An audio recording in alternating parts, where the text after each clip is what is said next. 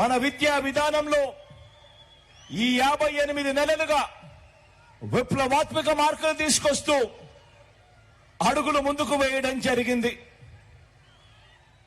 ఈరోజు బడులకు పంపే ఆ తల్లులను ప్రోత్సహించేందుకు గతంలో ఎప్పుడూ చూడని విధంగా, గతంలో ఎప్పుడూ జరగని విధంగా ప్రతి పిల్లాడు బడిబాట పట్టాలి, ప్రతి పాప బడిబాట పట్టాలి, ఆ పిల్లలు గొప్పగా చదవాలి అని మొట్టమొదటిసారిగా ఎప్పుడూ చూడని విధంగా బడులకు పంపే ఆ పిల్లలను ప్రోత్సహిస్తూ అమ్మ ఒడిని తీసుకొచ్చాం.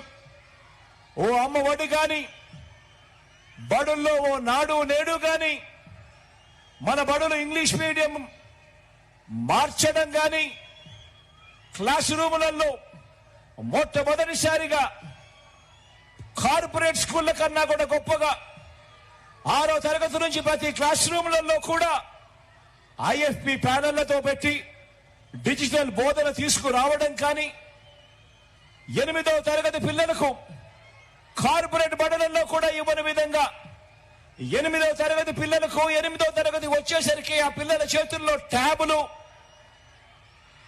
ఇవ్వడం కానీ, పిల్లలకు విద్యా కానుక కిట్లు ఇవ్వడం కానీ, గోరుముద్ద తేవడం కానీ స్కూళ్లలో ఇంగ్లీష్ మీడియమే కాదు 3వ తరగతి నుంచే సబ్జెక్ట్ టీచర్లు తీసుకొని రావడం కానీ, 3వ తరగతి నుంచే టోఫుల్ క్లాసులు తీసుకొని రావడం కానీ, ఇంగ్లీష్ మీడియమే కాదు సిబిఎస్ఈ నుంచి ఏకంగా ఐబీ దాకా ప్రయాణం తీసుకురావడం కానీ ఆలోచన చేయమని అడుగుతా ఉన్నా.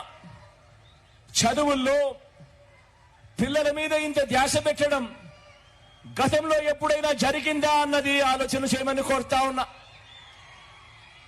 పెద్ద చదువులు చదివే పిల్లలకు, ఆ పిల్లలు గొప్పగా చదవాలి, ఆ చదువుల కోసం ఏ తల్లి తండ్రి అప్పులు పాలయ్యే పరిస్థితి రాకూడదు అని పెద్ద చదువుల కోసం పూర్తి ఫీజు రీయింబర్స్మెంట్ ఇస్తూ ఆ పిల్లలకు విద్యా దీవెన గాని, వసతి దీవెన గాని, పెద్ద చదువుల్లో కరికులంలో మార్పులు తీసుకువస్తూ మొట్టమొదటిసారిగా ఆన్లైన్ వర్టికల్స్ తీసుకురావడం కానీ, చదువుల్లో ఇంటర్న్షిప్ వంటి ఎన్నో విప్లవాత్మక మార్పులు ఎప్పుడూ చూడని విధంగా పేదల చదువులు, పిల్లల చదువులు బాగుపడాలని, పోటీ ప్రపంచంలో ఆ పిల్లలు ఎదగాలి అని ఇంతగా పేదల చదువుల మీద, ఆ పిల్లల భవిష్యత్ మీద ధ్యాస పెట్టిన ప్రభుత్వం గతంలో ఎక్కడైనా మీరు చూశారా అని అడుగుతా ఉన్నాను.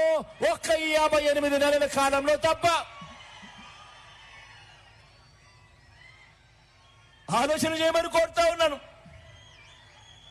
పిల్లల చదువుల గురించి ఎవరు కూడా, ఏ పాలకులు కూడా పట్టించుకోలేదు గతంలో. కారణం ఏమిటి అనంటే పిల్లలకు ఓటు ఉండదు కదా అని. పిల్లలకు ఓటు ఉండదు కాబట్టి పిల్లల గురించి పట్టించుకోవాల్సిన అవసరం ఏముంది అని చెప్పి అనుకునే గత పాలకుల నుంచి పిల్లలకు ఓటు ఉండదు కదా అని వారి భవిష్యత్తుని గత పాలకులు పట్టించుకోని పరిస్థితుల నుంచి ఆ పిల్లలు ఎదగాలి, ఆ కుటుంబాల పేదరికం నుంచి బయటపడాలి అనంటే ఆ పిల్లల చేతుల్లో క్వాలిటీ ఎడ్యుకేషన్ ఉండాలి. ధనికులకు ఓ రకమైన చదువు, పేదలకు ఓ రకమైన చదువు ఉండడానికి వీల్లేదని, ధనికులకు ఉండే ఆ చదువును మన పేద పిల్లలకు కూడా, మన గవర్నమెంట్ బడులలో కూడా ఆ పిల్లలకు రావాలి, ఆ పిల్లలకు అందాలి, ఆ పిల్లల భవిష్యత్ మారాలి అని చెప్పి ఎప్పుడూ కూడా చూడని విధంగా, ఎప్పుడూ కూడా వినని విధంగా విద్యా రంగంలో సంస్కరణలు తీసుకొచ్చిన ప్రభుత్వం భారతదేశ చరిత్రలో మరొకటి లేదు అని కూడా చెప్పడానికి ఈ సందర్భంగా గర్వపడతా ఉన్నాను, మీ బిడ్డగా అని చెప్పి ఈ సందర్భంగా తెలియజేస్తా ఉన్నాను. మరి ఇలాంటి సంస్కరణలకు మద్దతు పలుకుతారా, లేక రాష్ట్రంలో పిల్లల చదువులు, ఆ పేదల బ్రతుకులు వారి భవిష్యత్తు, వారి ఉద్యోగాల గురించి ఏనాడు కూడా కనీసం ఆలోచన కూడా చెయ్యని ఆ చంద్రబాబు గారికి, ఆయన కూటమికి మద్దతు పలుకుతారా అని చెప్పి ప్రతి ఒక్కరూ కూడా ఆలోచన చేయమని కోరుతా ఉన్నా. మీరు ఆలోచన చేయడమే కాదు, మీరు ఆలోచన చేసి గ్రామంలో ఉన్న ప్రతి ఇంట్లో కూడా ఆలోచింపజేసే విధంగా ప్రతి ఒక్కరికి చెప్పాల్సిన అవసరం ఉంది అని కూడా ఈ సందర్భంగా తెలియజేస్తా ఉన్నా. కాబట్టి చెప్తా ఉన్నా, ఇప్పుడు ఎన్నికల్లో మీ ఓటు కేవలం ఒక ఎమ్మెల్యేనో ఒక ఎంపీనో ఎన్నుకునేందుకు వేసే ఓటు కాదు. మీ ఓటు ఈరోజు మీరు వేసే ఓటు ఒక తూతూ మంత్రంగా ఒక ఎమ్మెల్యేనో ఒక ఎంపీగానో ఎన్నుకునే ఓటు కాదు. ఈరోజు మీరు వేసే ఈ ఓటు ఆ పిల్లల భవిష్యత్ మారుతుంది. మీరేసే ఆ ఓటుతో ఆ పిల్లల తల్లిదండ్రుల భవిష్యత్ మారుతుంది అని చెప్పి కూడా జ్ఞాపకం ఉంచుకోమని చెప్పి ఈరోజు ప్రతి ఒక్కరికి కూడా తెలియజేస్తా ఉన్నాను. మరి మీ పిల్లల భవిష్యత్ కోసం యుద్ధం చేయడానికి నేను సిద్ధం. మీరంతా సిద్ధమేనా అని అడుగుతా ఉన్నాను. ఇక రెండవ అంశం ఆలోచన చేయమని కోరుతా ఉన్నా. ఇక రెండవ అంశం మన బంగారు తల్లుల గురించి రెండో అంశం మన ఆడబిడ్డల గురించి, మన చిట్టి తల్లుల నుంచి మన అక్క చెల్లెమ్మల వరకు, మన అక్క చెల్లెమ్మల నుంచి వృద్ధాప్యంలో ఉన్న అవ్వల దాకా గత ప్రభుత్వాలు వారి మంచి కోసం ఏం ఆలోచన చేశాయి అనంటే, గత ప్రభుత్వాలు నా అక్క చెల్లెమ్మల కోసం, ఆ చిట్టి తల్లుల కోసం, ఆ అవ్వల కోసం ఏం ఆలోచన చేశాయి అని అడిగితే, గత ప్రభుత్వం ఏం చేసింది వాళ్ళ కోసము అని అడిగితే కనీసం చెప్పేందుకు ఒక్కటైనా కూడా కనిపిస్తుందా అని చెప్పి ప్రతి ఒక్కరూ కూడా ఆలోచన చేయమని కోరుతా ఉన్నా.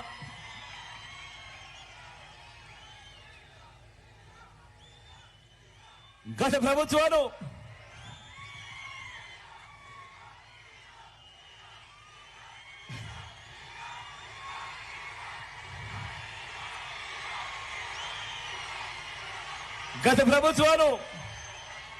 ఎంత దారుణంగా ఆలోచన చేశాయి అనంటే,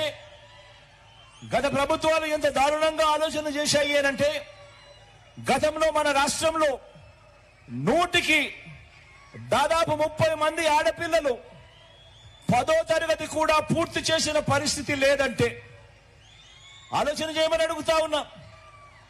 గత పాలకుల పాలనలో ఏ రకంగా ఇంత దారుణంగా వాళ్ళు ఆలోచన చేశారు అనంటే, వాస్తవాలు ఎలా ఉన్నా కూడా పట్టించుకోలేదు అనంటే, ఏకంగా 100 మంది పిల్లల్లో ఏకంగా 30 మంది ఆడపిల్లలు 10వ తరగతి కూడా పూర్తి చేసిన పరిస్థితి లేదు అనంటే, మన రాష్ట్రంలో ఇదొక్కటే కాకుండా మన రాష్ట్రంలో బాల్య వివాహాలున్నా గతంలో ఆపే పరిస్థితి కూడా లేదు అనంటే, మన రాష్ట్రంలో తల్లికి ఎన్నో ఆశలున్నా కూడా తన బిడ్డను, వారి భవిష్యత్తును నిర్ణయించే ఆదాయం ఆ తల్లుల చేతుల్లో లేదు అనంటే,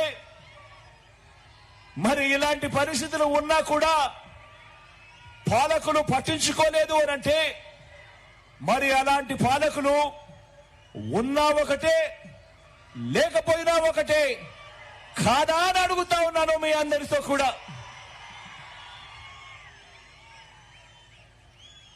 నా కళ్ళతో నా పాదయాత్రలో చూసిన ఇంకో విషయం కూడా చెబుతా.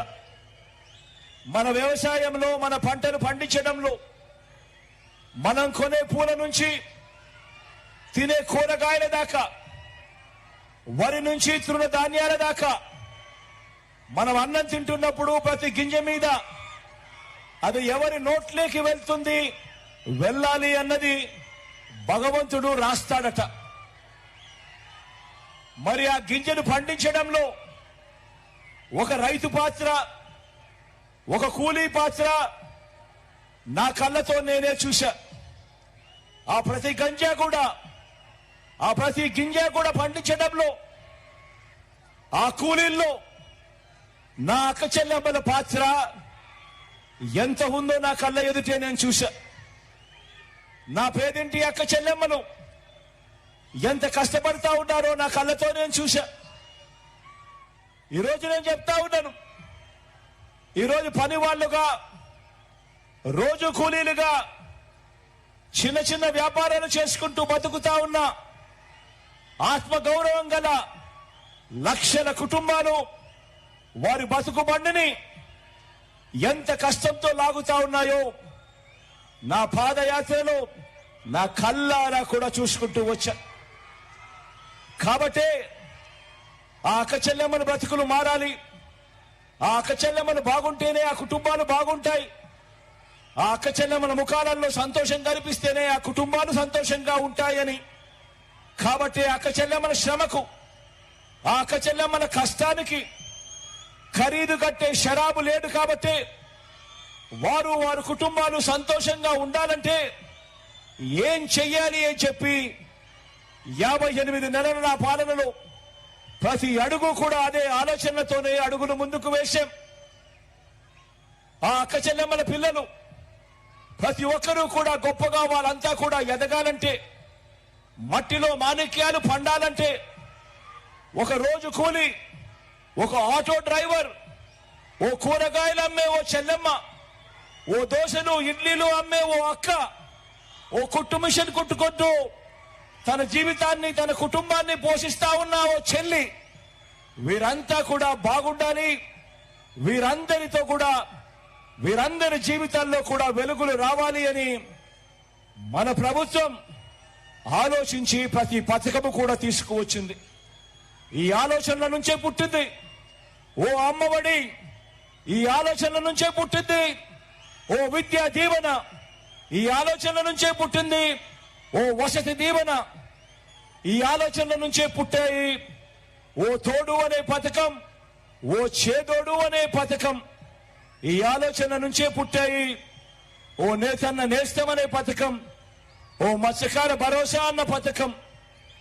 కుదేలైన పొదుపు సంఘాల జీవితాలను, చిన్న భిన్నమైన పరిస్థితులను చూసి నుంచి వారి జీవితాలలో వెలుగులు నింపాలి అని, ఆ పొదుపు సంఘాలకు తోడుగా ఉండాలని వారి కష్టాల నుంచి పుట్టింది ఓ ఆసరా అనే పథకం, ఓ సున్నా వడ్డీ అనే పథకం.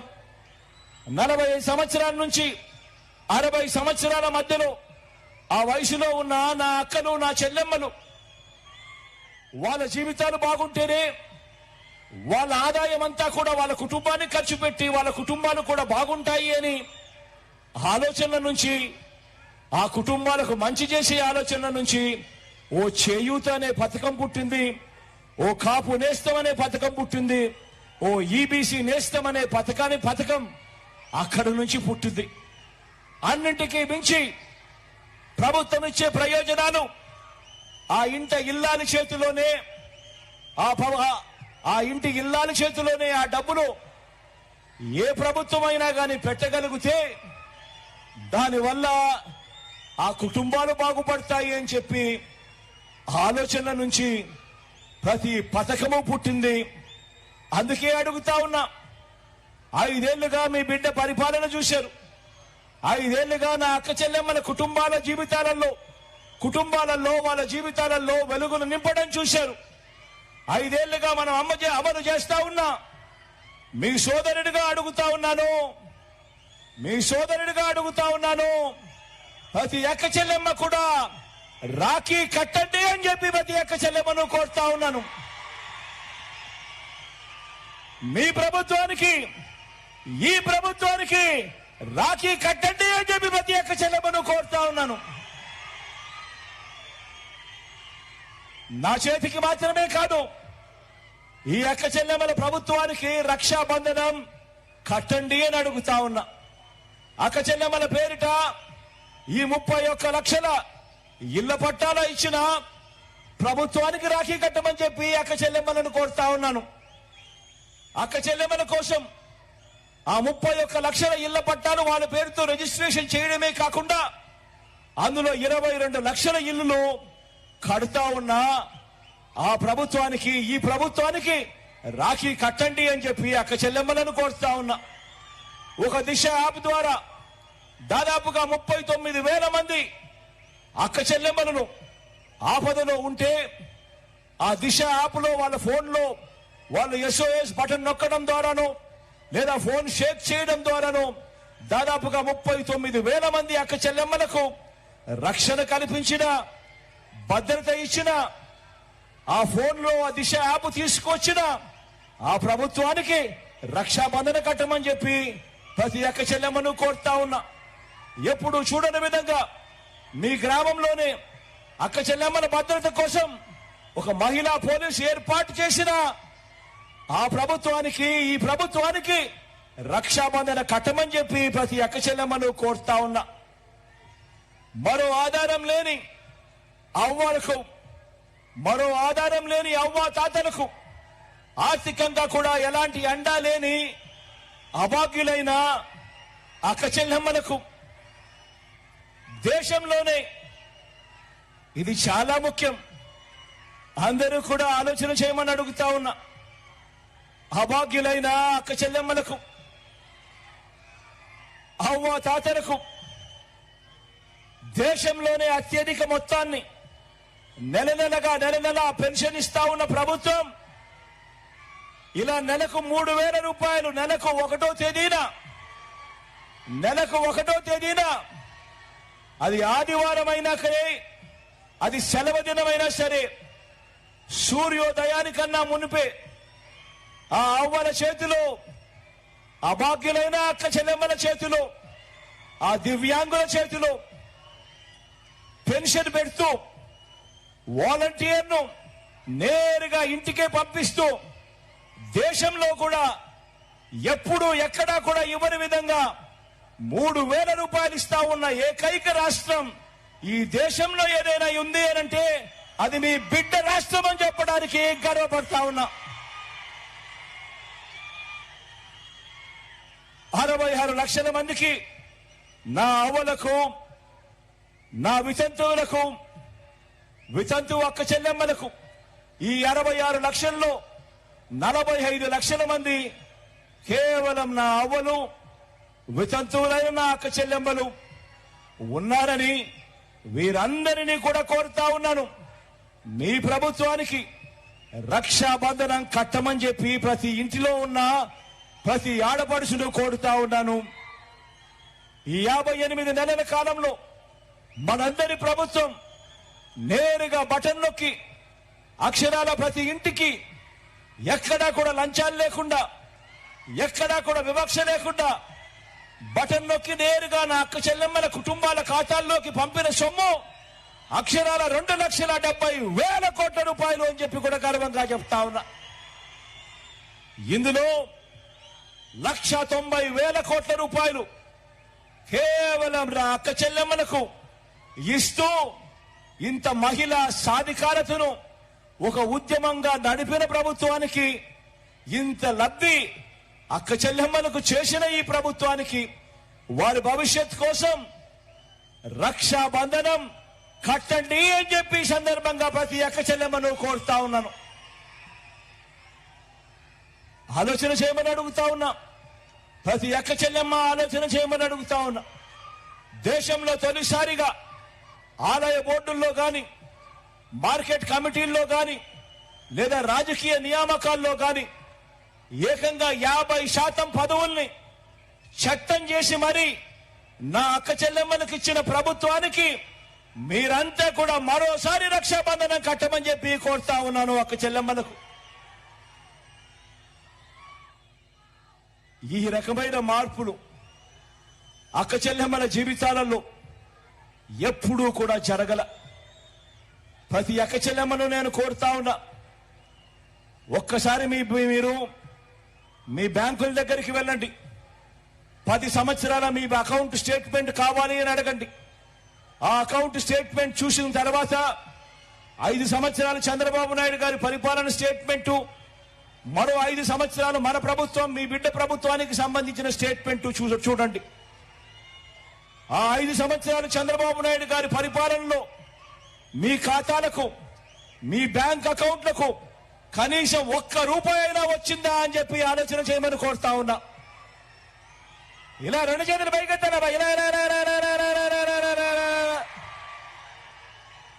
అదే మీ బిడ్డ ప్రభుత్వంలో ఏకంగా 2,70,000 కోట్ల రూపాయలు నా అక్క చెల్లెమ్మల కుటుంబాల ఖాతాల్లోకి జమ చేసిన పరిస్థితులు నేరుగా ప్రతి ఇంట్లోనూ కూడా ఆ అక్క చెల్లెమ్మల బ్యాంక్ అకౌంట్లు చూస్తే లక్షలు కనిపిస్తా ఉన్న పరిస్థితి కేవలం ఈ 58 నెలల కాలంలోనే జరుగుతా ఉన్నది అన్నది గుర్తుపెట్టుకోమని కోరుతా ఉన్నా.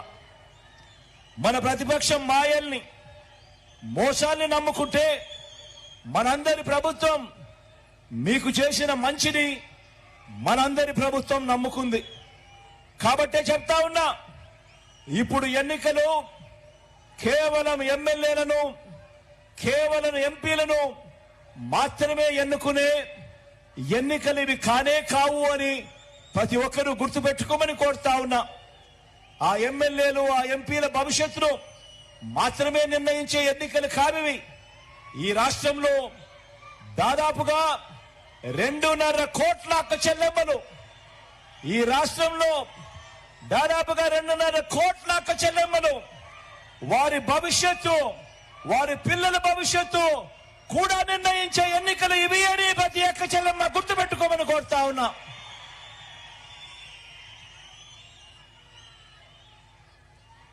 ఇక రైతు బాగుంటేనే రాష్ట్రం బాగుంటుంది అని గట్టిగా నమ్మిన మనకు రైతు వ్యతిరేక కూటమికి మధ్య జరుగుతా ఉన్న సంగ్రామం ఈ ఎన్నికలు.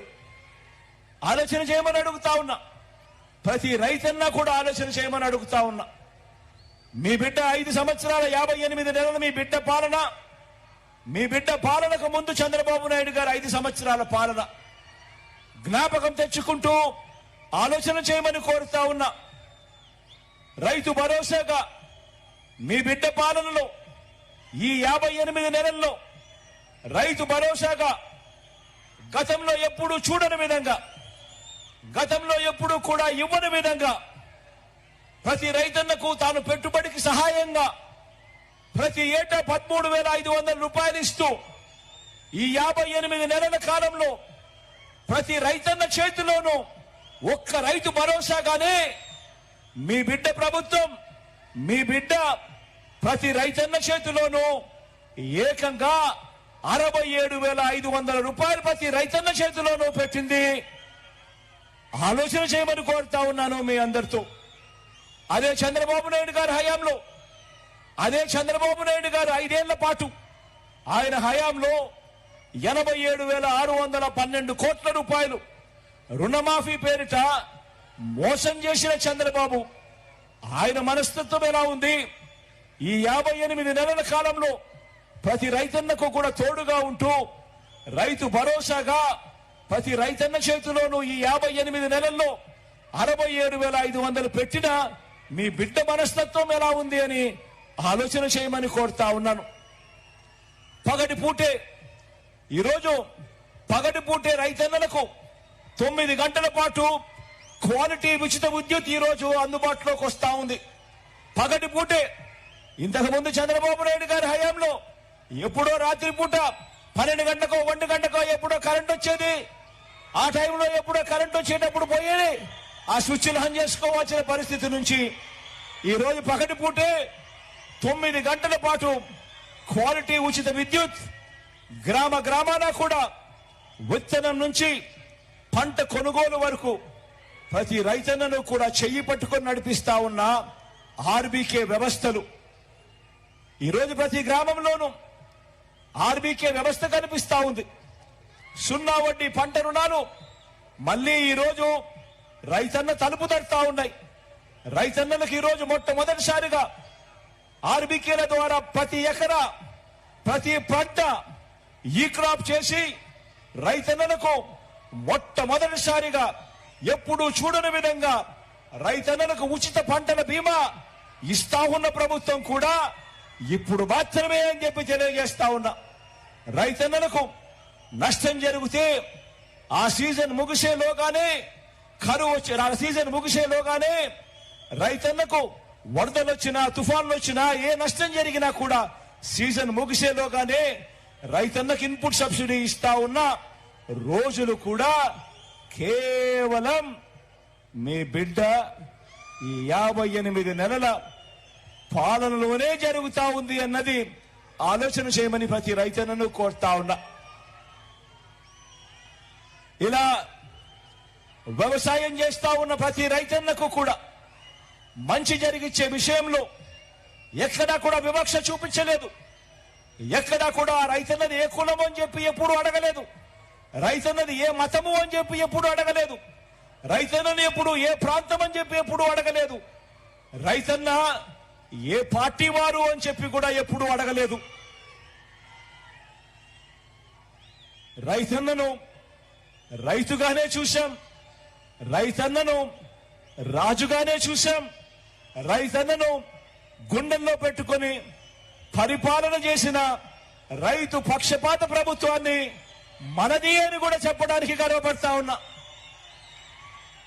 ఎప్పుడు చూడని విధంగా ఏకంగా 35 లక్షల ఎకరాల అసైన్డ్ భూముల మీద, చుక్కల భూముల మీద, ఇనాం భూముల మీద, ఇంకా ఇటువంటి 22A సంబంధించిన ఇటువంటి భూములన్నిటి మీద కూడా ఏకంగా 35 లక్షల ఎకరాల మీద శాశ్వత భూ హక్కులను కల్పించి ప్రతి రైతన్నను కూడా తోడుగా ఉంటూ అడుగులు వేసిన మీ బిడ్డ ప్రభుత్వానికి ప్రతి రైతన్నను కోరుతా ఉన్నాను. ప్రతి అక్క చెల్లెమ్మ మాదిరిగానే రక్షాబంధనం కడుతూ ప్రతి రైతన్నను కోరుతా ఉన్నాను. ప్రతి రైతన్న కూడా ఒక్కసారి భుజం తట్టి నీ వెనక మేమున్నాము అని అండగా నిలబడాల్సిన సమయం వచ్చింది అని చెప్పి ప్రతి రైతన్నను కోరుతా ఉన్నాను. ఎప్పుడు జరగని మార్పులు మన కళ్ళ ఎదుటే కనిపిస్తా ఉన్న ప్రతి రైతన్నను కూడా ప్రభుత్వాన్ని ప్రోత్సహిస్తూ భుజం తట్టి మేమంతా నీకు తోడుగా ఉన్నాము అని గట్టిగా ప్రోత్సహించమని కోరుతా ఉన్నా. మరి రైతన్నలంతా రైతు వ్యతిరేక పార్టీలను, రైతు పేరు పలకటమేవో నేరం కింద భావించే పార్టీలను, రైతులను మోసం చేయడమే పనిగా పెట్టుకున్న పార్టీలను, వ్యవసాయం దండగన్న పార్టీలను వారికి మద్దతిస్తారా, లేక రైతన్న ముఖంలో చిరునవ్వును చూడాలని, వ్యవసాయం పండుగగా మార్చాలని మీ రైతు బిడ్డగా మీ భూమిపుత్రుడికి మద్దతు పలుకుతారా అని చెప్పి ప్రతి రైతులను కోరుతా ఉన్నాను. ఈ సందర్భంగా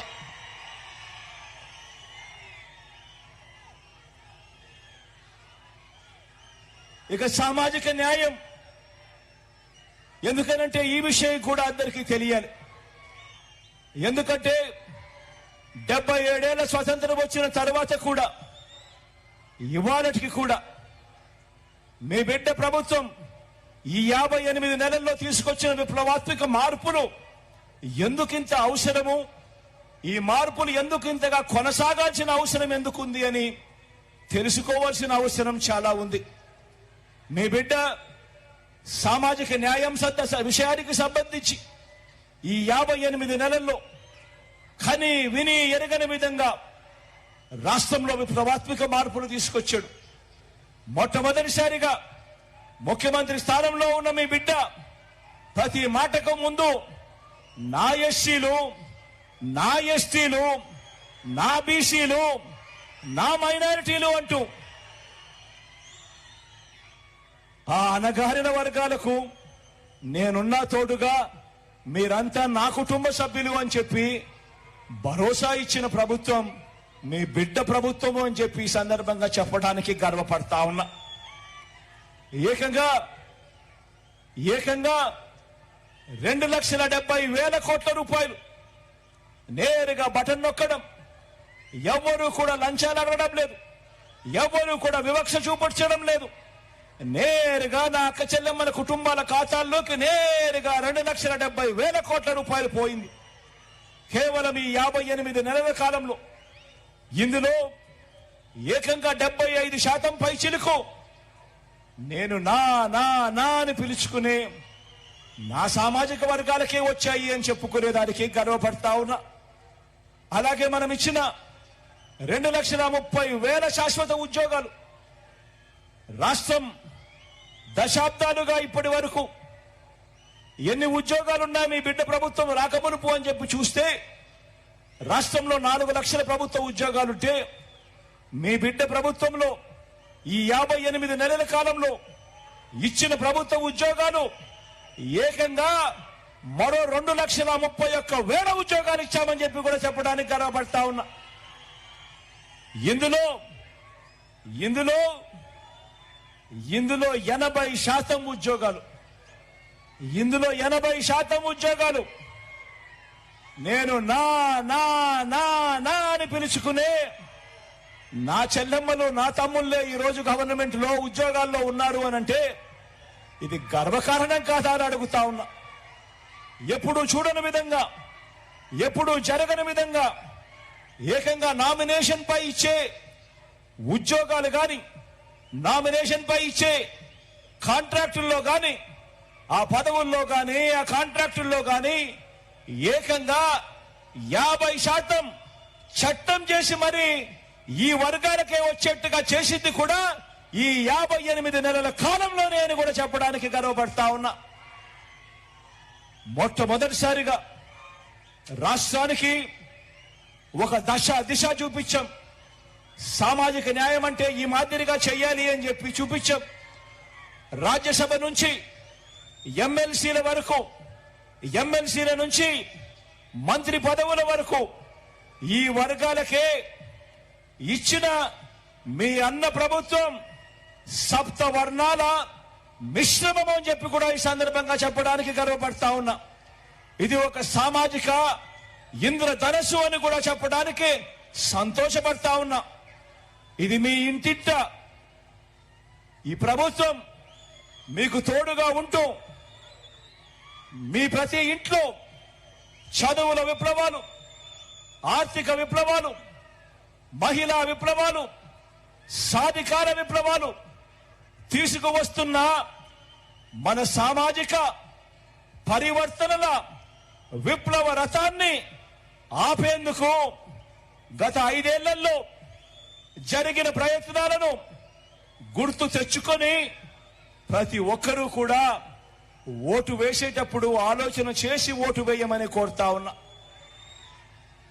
గవర్నమెంట్ బడిలో ఇంగ్లీష్ మీడియం వద్దని అడ్డుకున్న వారికి బుద్ధి చెప్పండి అని అడుగుతా ఉన్నా. పేదలు వెళ్లే గవర్నమెంట్ బడులలో ఇంగ్లీష్ మీడియం వద్దని అడ్డుకున్నా వారికి బుద్ధి చెప్పండి అని గట్టిగా అడుగుతా ఉన్నా. పేదలకు ఇళ్ల స్థలాలు ఇస్తుంటే కులాల మధ్య సమతుల్యం దెబ్బతింటుందని ఏకంగా కోర్టులో కేసులు వేయించి మరి వాదించిన పార్టీల భవిష్యత్తుకు సమాధులు కట్టండి అని చెప్పి కోరుతా ఉన్నా. ఎస్సీ కులాలలో ఎవరైనా పుట్టాలనుకుంటారా అన్న వారికి రాజకీయ భవిష్యత్ లేకుండా తీర్పునివ్వండి అని చెప్పి కోరుతా ఉన్నాను. బీసీల తోకలు కత్తిరిస్తా అన్న బాబును సమర్థించే అనేక తోకలను మరోసారి కత్తిరించండి అని చెప్పి కోరుతా ఉన్నా. మైనారిటీలకు నాన్నగారిచ్చిన 4% రిజర్వేషన్లను పనంగా పెట్టడమే కాకుండా మైనారిటీల మనోభావాలతో గత 30 ఏళ్లుగా చెలగాటమాడుతా ఉన్న బాబును ఏ ఒక్క మైనారిటీ సోదరుడైనా, ఏ ఒక్క చెల్లెమ్మైనా సమర్థించవచ్చా అన్నది ప్రతి ఒక్కరూ కూడా ఆలోచన చేయమని కోరుతా ఉన్నా. ప్రతి ఒక్కరూ ఆలోచన చేయమని కోరుతా ఉన్నా. ఈ వర్గాలన్నీ నాకైతే నేను నా నా నా నా అని హక్కును చేర్చుకున్న వర్గాలు. ఇక బాబుకు నా అని పిలుచుకునే వర్గాలు ఈ రాష్ట్రంలో అయితే ఎక్కడ కనిపించడం లేదు. చంద్రబాబు నాయుడు గారికి నా అని పిలుచుకునే వర్గాలు ఎక్కడున్నాయో తెలుసా? మన రాష్ట్రంలో అయితే లేవు, పక్క రాష్ట్రంలో ఉన్నాయి. పక్క రాష్ట్రంలో ఎక్కడున్నాయో తెలుసా? హైదరాబాద్ లో మెట్రోలో, హైదరాబాద్ హైటెక్ సిటీ దగ్గర ఓ ఈనాడు, ఓ ఆంధ్రజ్యోతి, ఓ టీవీ5, వీరందరికీ తోడు ఒక దత్తపుత్రుడు.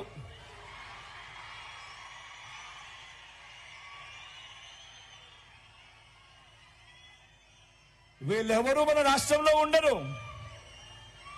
వీళ్ళ ఇల్లు ఎక్కడుంది అని అంటే హైదరాబాదు. చంద్రబాబు నాయుడు గారికి నా నా నా అని పిలుచుకునే వాళ్ళు మన రాష్ట్రంలో ఎవరూ లేరు, పక్క రాష్ట్రంలో ఉన్న వీళ్ళు తప్ప. మరి ఇవన్నీ కూడా ఆలోచన చేయమని కోరుతా ఉన్నా. ఇవన్నీ కూడా ఆలోచన చేస్తే పిల్లలకు, అక్క చెల్లెమ్మలకు, అవ్వలకు, తాతలకు, రైతులకు, సామాజిక వర్గాలకు, ఇలా ప్రతి ఒక్కరికి గత 30 ఏళ్లగా బాబు మోసాలు, అన్యాయాలు చేయడమే కనిపిస్తాయి. ఈ చంద్రబాబు నాయుడు గారు అనే వ్యక్తికి విలువలు లేవు, విశ్వసనీయత లేదు. ఆయన పేరు చెబితే గుర్తుకొచ్చే ఒక మంచి లేదు, ఆయన పేరు చెబితే గుర్తుకొచ్చే ఒక మంచి స్కీము లేదు. ఆయన పేరు చెబితే గుర్తుకొచ్చేది మాత్రం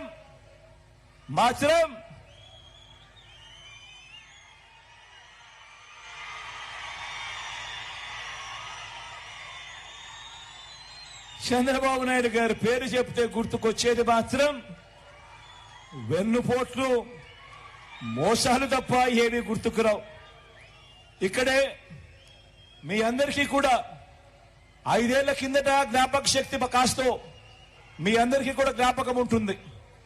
కాబట్టి ఒక్కసారి ఇదే పెద్ద మనిషి చంద్రబాబు నాయుడు గారు 2014లో ఎన్నికల ప్రణాళిక అని చెప్పి తీసుకొచ్చాడు. ఆయన ఒక్కడే తీసుకురాలేదు. ఆయనతో పాటు ఆ పొత్తులో అప్పుడు కూడా ఇప్పటిలాగానే ఓ దత్తపుత్రుడిని తెచ్చుకున్నాడు, ఢిల్లీ నుంచి మోడీ గారిని తెచ్చుకున్నాడు. తెచ్చుకొని ఇదే పెద్ద మనిషి చంద్రబాబు నాయుడు గారు 2014లో కూడా ఎన్నికల మేనిఫెస్టో అని చెప్పాడు. రంగురంగుల కాగితాల మీద రంగురంగుల ఆశలు ప్రతి సామాజిక వర్గానికి చూపించాడు. ముగ్గురు కలిశారు. మోడీ గారు కూడా ఉన్నారు కదా, చంద్రబాబు నాయుడు గారు సపోర్ట్ చేస్తారు, చంద్రబాబు నాయుడు గారు చేస్తారు అని చెప్పి భ్రమ కూడా కల్పించాడు. మేనిఫెస్టో ఇంతలావు డాక్యుమెంట్ 650 పేజీలతో మేనిఫెస్టో ఇచ్చాడు, 650 హామీలతో మేనిఫెస్టో ఇచ్చాడు. ఇచ్చిన మా చంద్రబాబు నాయుడు గారు 650 హామీలైతే, ఇంతలావు డాక్యుమెంట్ మేనిఫెస్టో అయితే ప్రజలకు గుర్తుండదు, ప్రజలు మర్చిపోతారు, ప్రజలు ఓటు వేసేటప్పుడు ఆ ప్రజలకు గుర్తుండదు అని ముఖ్యమైన హామీలు అంటూ చంద్రబాబు నాయుడు గారు ఆ మేనిఫెస్టోలోని ముఖ్యమైన హామీలు అంటూ ఈ మాదిరిగా ఒక పాంఫ్లెట్ ప్రతి ఇంటికి పంపించాడు.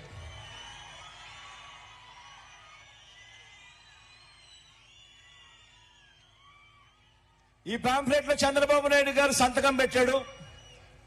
పైన మోడీ గారి ఫోటో, దత్తపుత్రుడి ఫోటో, చంద్రబాబు నాయుడు గారి ఫోటో. ప్రతి ఇంటికి ఈ పాంఫ్లెట్ పంపించాడు. చంద్రబాబు నాయుడు గారు సంతకం పెట్టి ముఖ్యమైన హామీలు అని చెప్పి దీంట్లో రాశాడు. దీంట్లో రాసిన ఈ ముఖ్యమైన హామీలను పేపర్లలో అడ్వర్టైజ్మెంట్లు ఇచ్చారు. ఈనాడులోను, ఆంధ్రజ్యోతిలోను. ఈనాడు, ఆంధ్రజ్యోతి, టీవీ5లో పేపర్ అడ్వర్టైజ్మెంట్లు వేయడం కాడమే కాకుండా టీవీ లాంచ్ చేస్తే చాలు అడ్వర్టైజ్మెంట్లు ఊదరగొట్టారు. చంద్రబాబు నాయుడు గారు ముఖ్యమైన హామీలు అని చంద్రబాబు నాయుడు గారు సంతకం పెట్టిన ఈ పాంఫ్లెట్ ప్రతి ఇంటికి పంపించారు. ఇందులో వీరు రాసిన విషయాలు ఏమిటో తెలుసా?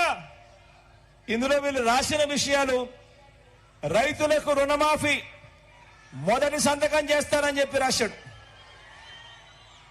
ఇందులో 87,612 కోట్ల రూపాయలు రుణమాఫీ చేశాడా? చెప్పండి, చేశాడా? ఇలా ఇలా ఇలా ఇలా ఇలా ఇలా ఇలా ఇలా ఇలా ఇలా ఇలా ఇలా ఇలా ఇలా ఇలా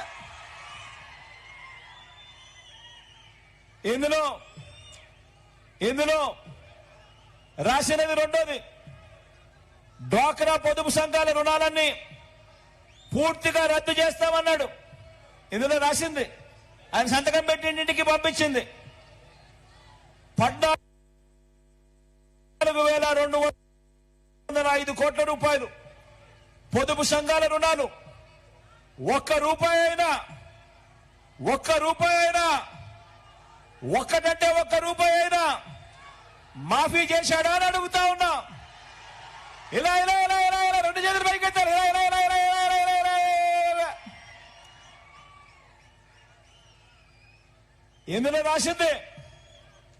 ఇందులో రాసింది ఇంకొకటి, ఆడబిడ్డ పుట్టిన వెంటనే మహాలక్ష్మి పథకం కింద 25,000 రూపాయలు బ్యాంకులో డిపాజిట్ చేస్తామన్నాడు. ఆడబిడ్డ పుట్టిన వెంటనే 25,000 రూపాయలు మీ బ్యాంక్ అకౌంట్ లో డిపాజిట్ చేస్తామన్నారు. చాలా మందికి ఆడబిడ్డలు పుట్టారు కదా. మీకు మీ పక్కింటి వాళ్లకు అందరూ కూడా పుట్టారు కదా. మరి చంద్రబాబు నాయుడు గారి హయాంలో కనీసం ఒక్కరికైనా ఒక్క రూపాయి అయినా డిపాజిట్ చేశారా అని అడుగుతా ఉన్నా మిమ్మల్ని అందరినీ కూడా. ఇలా ఇలా రెండు చేతులు పైకెత్తారు. ఇలా ఇలా ఇలా ఇలా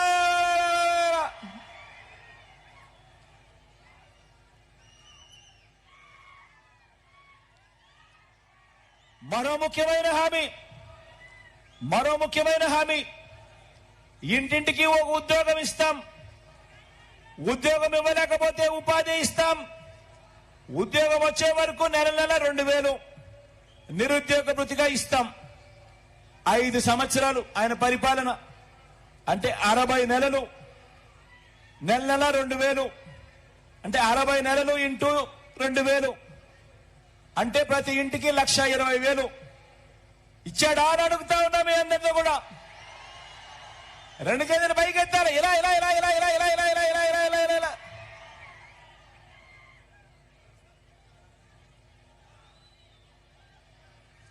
ఇంకా ఇంతటితో ఆగిపోలేదు. ఈ ముఖ్యమైన హామీలు ఇంతటితో ఆగిపోలేదు. ఈ ముఖ్యమైన హామీల్లో ఆయన ఇంకొకటి కూడా రాశాడు. అర్హులైన వాళ్ళందరికీ 3 సెంట్ల స్థలం, అర్హులైన వాళ్ళందరికీ 3 సెంట్ల స్థలం, కట్టుకునేందుకు పక్కా ఇల్లు. కనీసం ఒక్క పేదవాడికైనా 1 సెంటు స్థలమైనా కానీ చంద్రబాబు నాయుడు గారు ఇచ్చాడా అని అడుగుతా ఉన్నా మీ అందరితో. ఇలా ఇలా రెండు చేతులు పైకెత్తాను. ఇలా ఇలా ఇలా ఇలా ఇలా ఇలా ఇలా ఇలా ఇలా ఇవన్నీ ముఖ్యమైన హామీలు. ఇవన్నీ ఆయన పాంఫ్లెట్ లో ముఖ్యమైన హామీలని ప్రతి ఇంటికి పంపించాడు ప్రజలను మోసం చేసేందుకు 2014 ఎన్నికల ముందు. 10,000 కోట్లతో బీసీ సప్లాన్, చేనేత, పవర్ లూమ్స్ రుణాల మాఫీ అన్నాడు. మహిళల రక్షణకు ఉమెన్ ప్రొటెక్షన్ ఫోర్స్ ఏర్పాటు చేస్తామన్నారు. రాష్ట్రాన్ని సింగపూర్ మించి అభివృద్ధి చేస్తామన్నారు. ప్రతి నగరంలోనూ హైటెక్ సిటీ నిర్మిస్తామన్నాడు. మీ నగరంలో ఏమన్నా, మీ జిల్లాలో ఏమన్నా హైటెక్ సిటీ ఎక్కడైనా కనిపించిందా అని అడుగుతా ఉన్నా. ఆలోచన చేయమని కోరుతా ఉన్నా మీ అందరితో కూడా. ప్రతి ఒక్కరూ కూడా ఆలోచన చేయమని కోరుతా ఉన్నా. మరి ఇదే చంద్రబాబు, ఇదే దత్తపుత్రుడు, ఇదే మోడీ గారి ఫోటో పెట్టుకొని 2014లో ఇంటింటికి పంపించిన ఈ పాంఫ్లెట్ లో ముఖ్యమైన హామీలు అంటూ తాను చెప్పిన ఈ పాంఫ్లెట్ లో కనీసం ఇందులో ఒక్కటంటే ఒక్కటైనా చేశాడా అని అడుగుతా ఉన్నా. రెండు చేతుల పైకి ఇలా ఇలా ఇలా ఇలా ఇలా ఇలా ఇలా ఇలా ఇలా ఇలా ఇలా పోనీ ప్రత్యేక హోదా ఇలా ఇచ్చాడా అని అడుగుతా ఉన్నా. ఇలా ఇలా ఇలా ఇలా ఇలా ఇలా ఇలా ఇలా ఇలా ఇలా. మరి ఇవేమీ కూడా చేయకపోగా ఇప్పుడు చంద్రబాబు నాయుడు గారు మళ్లీ ఎన్నికలు వచ్చేసరికి మళ్లీ ప్రజలను మోసం చేసేందుకు మళ్లీ ఇదే ముగ్గురితో కలిశాడు. ఇదే చంద్రబాబు, ఇదే దత్తపుత్రుడు, ఇదే మళ్లీ ఢిల్లీకి వెళ్లి మోడీ గారిని తెచ్చుకొని ఇదే మోడీ గారిని కూడా తెచ్చుకున్నాడు పొత్తులేకి. మళ్లీ ఇదే ముగ్గురే కలిసి ఇదే ముగ్గురితో కలిసి ఇదే చంద్రబాబు నాయుడు గారు ఇప్పుడు ఏమంటా ఉన్నాడు? సూపర్ 6 అంట, సూపర్ 7 అంట, ప్రతి ఇంటికి కేజీ బంగారం అంట, ప్రతి ఇంటికి బెంజ్ కారు కొనిస్తాడట. నేను అడుగుతా ఉన్నా మరి ఇలాంటి మోసాల నుంచి మన రాష్ట్ర పేదల భవిష్యత్తును కాపాడుకోవాలా వద్దా అని అడుగుతా ఉన్నా మిమ్మల్ని అందరినీ కూడా. ఈ యుద్ధంలో నేను సిద్ధం,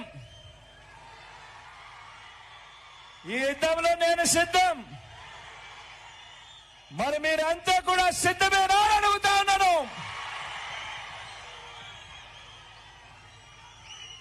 సిద్ధమే అయితే జోబీలో నుంచి సెల్ ఫోన్ బయటకు తీయండి. సిద్ధమే అయితే జోబీలో నుంచి సెల్ ఫోన్ బయటకు తీయండి. టార్చ్ లైట్ బటన్ ఆన్ చేయండి. టార్చ్ లైట్ బటన్ ఆన్ చేసి పేదవాడి భవిష్యత్ కోసం ఈ యుద్ధంలో మేమంతా కూడా సిద్ధమని చెప్పి గట్టిగా పిలుపునివ్వండి.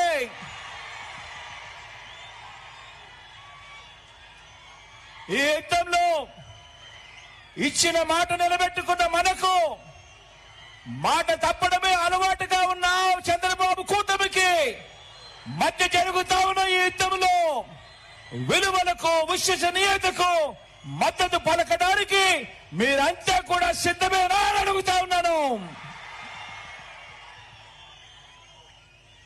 జరగబోయే ఎన్నికల్లో ఈ కుట్రలలో, ఈ కుతంత్రాలతో, ఈ అబద్ధాలతో, ఈ మోసాలతో జరగబోయే ఈ ఎన్నికల కురుక్షేత్రంలో మీలోని ప్రతి ఒక్కరూ ఒక స్టార్ క్యాంపెయినర్లుగా బయటికి రావాలి. మీలోని ప్రతి ఒక్కరూ కూడా ప్రతి ఇంటికి వెళ్ళాలి. లబ్ధి పొందిన ప్రతి ఇంట్లో ఉన్న ప్రతి అక్క చెల్లెమ్మకు, ప్రతి అవ్వాతాతకు, ప్రతి ఒక్కరికి, ప్రతి రైతన్నకు, ప్రతి ఒక్కరికి కూడా చెప్పాలి. జగనన్న ప్రభుత్వంలో జరిగిన మంచి గురించి చెప్పాలి. పేదవాడి భవిష్యత్తుకు రక్షణగా జగనన్న ప్రభుత్వం మాత్రమే రక్షణగా ఉంటుంది అన్న విషయాలు చెప్పాలి. చంద్రబాబు నాయుడు గారి మాదిరిగా మోసాలు చేసే వారిని నమ్మవద్దు అని ప్రతి ఇంట్లో కూడా చెప్పాలి. చెప్పి ప్రతి ఇంట్లో నుంచి ఆ అక్క చెల్లెమ్మలను, ఆ అవ్వాతాతలను, ఆ పిల్లలను కూడా స్టార్ క్యాంపెయినర్లుగా బయటకు తీసుకొని రావాలి.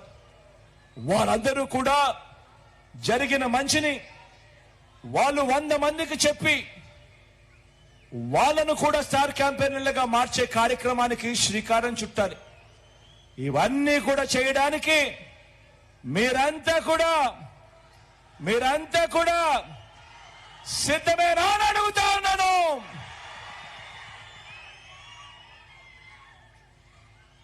మంచి చేశాం, మంచి చేసి ఆ మంచిని చూపించి ప్రజల దగ్గరికి వెళ్తా ఉన్నాం.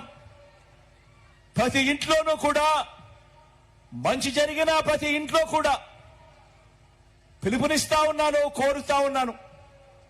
మంచి జరిగిన ప్రతి ఇంట్లో నుంచి మీకు ఒకవేళ మంచి జరుగుంటే మీ బిడ్డ ప్రభుత్వంలో మీ బిడ్డకు తోడుగా అండగా నిలబడేందుకు స్టార్ క్యాంపెయినర్లుగా బయటికి రావాలి అని చెప్పి మీ బిడ్డ కోరుతా ఉన్నాడు. మీ అందరినీ కూడా మంచి చేశాం, ఆ మంచితో ఎన్నికలకు వెళ్తా ఉన్నాం. కాబట్టి ఈ ఎన్నికల్లో మన టార్గెట్ 175కు 175 ఎమ్మెల్యేలు గెలవాలి. 25 ఎంపీ స్థానాలకు 25 ఎంపీ స్థానాలు గెలవాలి. మంచి చేయడంలో ఎక్కడా కూడా మనం వెనక్కి తగ్గలేదు. 175కు 175, 25కి 25 ఎంపీ స్థానాలు, మొత్తం 200కు 200 స్థానాలు. ఎక్కడా కూడా తగ్గకూడదు అని చెప్పి అడుగుతా ఉన్నా మీ అందరితో కూడా. మంచి చేసిన ప్రభుత్వానికి దేవుడు చల్లని దీవెనలు ఆశీస్సులు ఎల్లప్పుడూ ఉండాలని మనసారా కూడా కోరుకుంటూ, ఇప్పుడు మీ అందరికీ కూడా మన పార్టీకి సంబంధించిన మన ఎంపీ అభ్యర్థులను, ఎమ్మెల్యే అభ్యర్థులను మీ అందరికీ కూడా ఒకసారి పరిచయం చేస్తాను. మీ చల్లని దీవెనలు, మీ చల్లని ఆశీస్సులు వీరందరిపై కూడా ఉంచవలసిందిగా సవినయంగా కూడా ప్రార్థిస్తా ఉన్నాను. రామయ్యన్న